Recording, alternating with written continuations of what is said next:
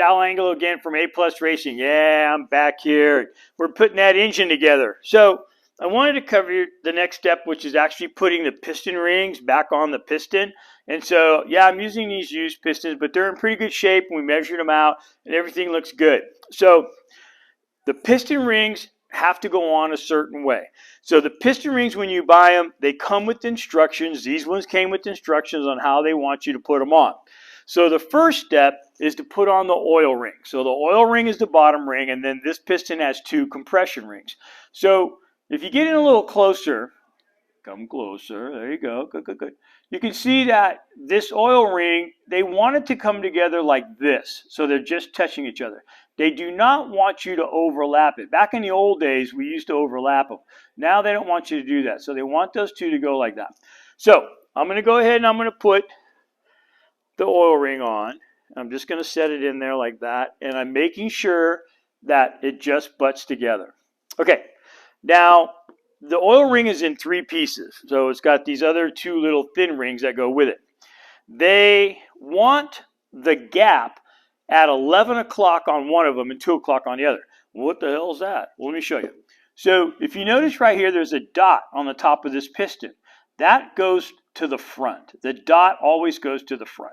So I'm going to put this bottom piston ring for the oil on. And what I'm going to do is I'm just going to set it down there on the bottom like this. And then I'm going to roll it around all the way around the piston until it's on all the way. Like that. Okay? Now I'm going to set that gap so it's at 11 o'clock. So the gap is right there. And so I set it, it's right there.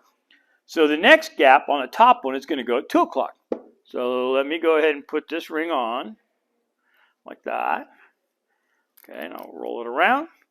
And now I've got one of the gaps here and the other gap right here. So one at 11 o'clock and one at 2 o'clock from me. So I guess from you, it'd be 11 o'clock and 2 o'clock. Okay, the second ring. The second ring is usually a dark colored ring like this. It's usually black. The top ring is usually a chrome ring. On better piston rings, the top one will be a chrome ring. You can get them sometimes where the top ring is the same black without the chrome. The chromes take a little longer to break in, but they hold more compression and they last longer. So on the better pistons, then you're going to see rings that come like this. Now, this one has a little N on it, and if I can get you coming real close, maybe you can see that it has an N. That N goes up, all right? So it's very careful not to break the ring. So I'm going to put the ring in the gap, and I'm very carefully not stretching the ring any more than I absolutely have to walk it all the way around until I can get it to go into the second groove. And there it is, okay? I'm going to do the same thing with the top piston ring, and it's got a little N on it, okay? So that N is going to go up. So I'm going to set the ring in the groove. And I made sure that I clean these grooves out really good. If you got an old piston that's got a lot of carbon in there, you want to get all that carbon out of there. Okay. Carefully walk it around, and now I got it. All right. So before I put this in, I need to set the rings. I set the oil ring, and now what they want is they want the second oil ring, or the second compression ring, even with this pin boss. And then they want the first compression ring even with this pin boss. So if I turn it like this for you to see, I have an oil gap here, an oil gap here. My second ring gap is here, and my first ring gap is here. You got to stagger them, all right? If you don't stagger them and they get lined up, you could lose compression, and then it's going to lose power. And if you lose power, you're not winning the races, right? So we want to win the race, so we got to make sure we put these rings in the right position, all right? So this is the way I put the rings on, and this is the way that I configure the ring gaps so that I can get the most power out of the engine, all right? Now the next step from here is to go ahead and put a bearing on it, and then let's go ahead and put this piston back inside the engine, and we'll be right back. Thanks. Okay, so we're back with the next step of how to put the engine together. So we're back out in the shop. And I've got my pistons ready to go in and my bearings. I got my stuff I'm going to need. And I want you to see the engine right here. So I went ahead and bagged it after we got done with the last video on how to put that crankshaft in. I didn't want any dirt and debris to get in here, or dust or anything like that. So I went ahead and bagged it. So we'll go ahead and uncover it now.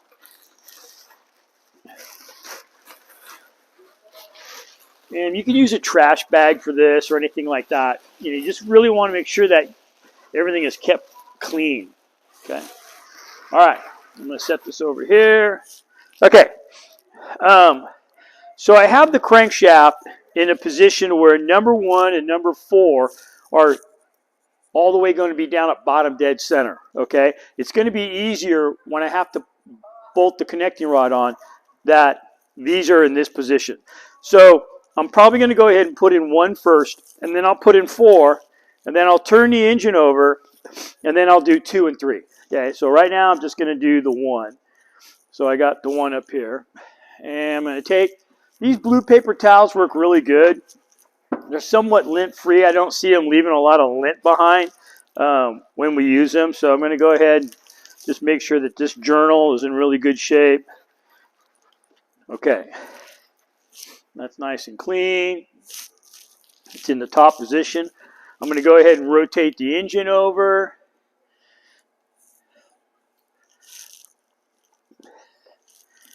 Like that. Let me grab a pin real quick.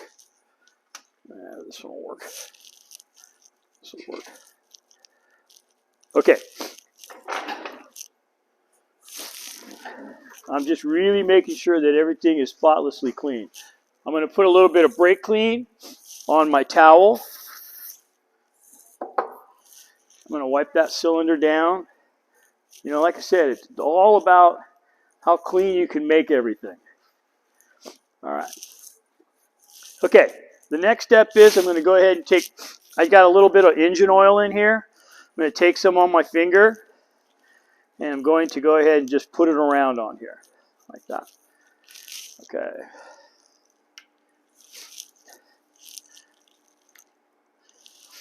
Okay, I'm going to go ahead and put this piston in my number 1. If you notice, I marked it here, in case you forgot, that at our 11 o'clock is one of my oil ring gaps. At 2 o'clock is the other oil ring gap. And then right here at 9 o'clock, I have my top ring. And then here at 3 o'clock, I have my second compression ring. Okay, and the dot has to go forward. So the dot faces the front of the engine. I'm going to go ahead and put the bearing in it now. I'm going to take the rod caps off.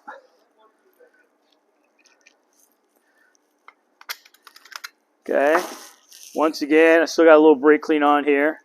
I'm just going to make sure that everything is nice and clean. Can't be too clean with this. Okay.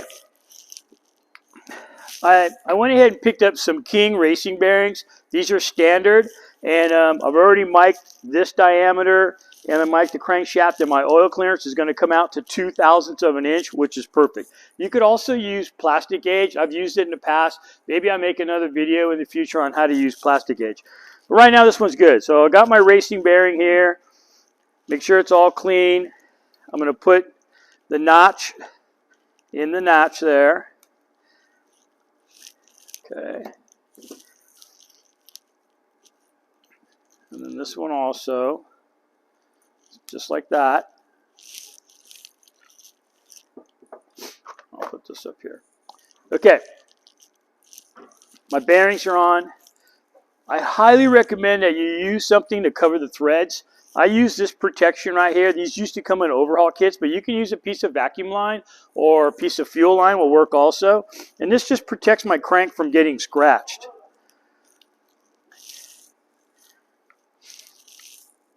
Okay, this is a ring compressor, and we definitely want to use a ring compressor to put these on. These are very inexpensive. So if you notice that it has a chrome strap and a chrome strap, and the chrome straps are more that way than this way. So this is the bottom. So this goes towards the bottom. This goes towards the top. I'm going to go ahead and clean this off because it's going to help compress my rings. I'm going to put a little bit of oil in here to help it all go together.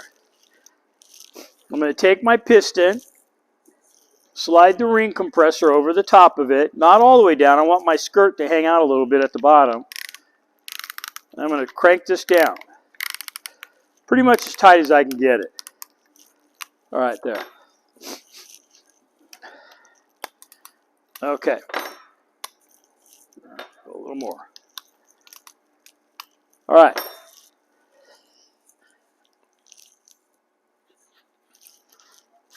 Okay. I'm going to put some assembly lube on here. Like that. And we're ready to go in. So I'm going to bring it over to the engine. I'm looking for that dot. It's got to face towards the front. I'm going to slide the piston down in there. Okay. Now I'm lightly going to tap the tool to make sure that it is down all the way. And I think I just released it a little bit. So let me make sure I'm tight all the way. I hit that little button right there. Yeah. Okay. There we go. Then I'm going to slowly tap. I'm pushing down on the ring compressor, and I'm slowly tapping the piston in. See how easy that went down in? And I'm going to go all the way down. Okay, now I'm going to go ahead, rotate the engine. And I can pull off my protection. I'm going to take some of my assembly lube, put it on my bearing. There we go.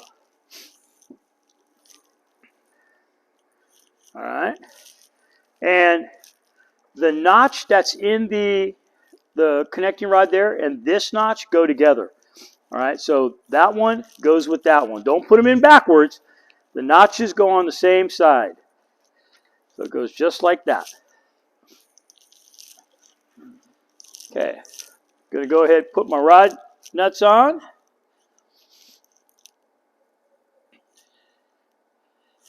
And I'm going to go ahead and torque them to 41 pounds. So let's see, that's 20, 30, 40, 41. Okay.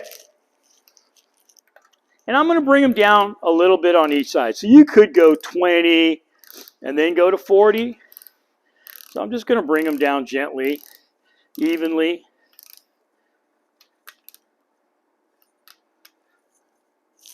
Okay.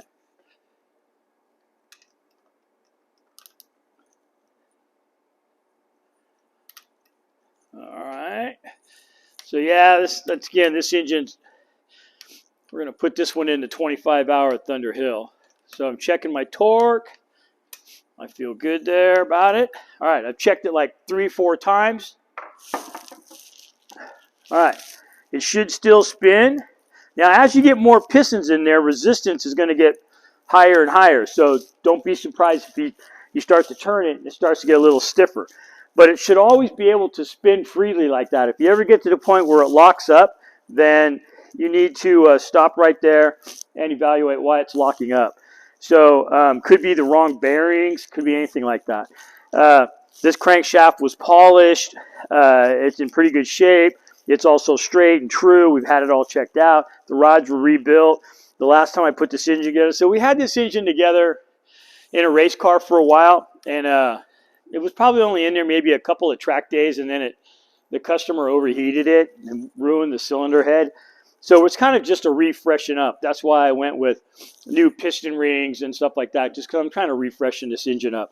I'm having another head done for it. I dropped the head off today. They're going to rework another head on it, and then we'll be back together. We'll put it in 25-hour. So it's pretty much stock, except for these racing bearings. Anyways, I hope that you enjoyed the video, and I'm just going to do the same thing for all 4 of them, and then the next step will be putting on the oil pump and the rear main seal and the oil pan, and I'll bring that video to you up here in the future. And thank you for making it to the end. If you like to, give it a thumbs up. If you have any questions about something you want to know about Spec Miata, by all means, go ahead and shoot me a message, and I'll make a video on it. And if you haven't subscribed, subscribe to my channel. I think you're going to enjoy it. We're going to have a lot of stuff working on Spec Miatas and how to fix your car up, get your car up there in the front of the pack. All right? Have a great day. Thank you. Bye now.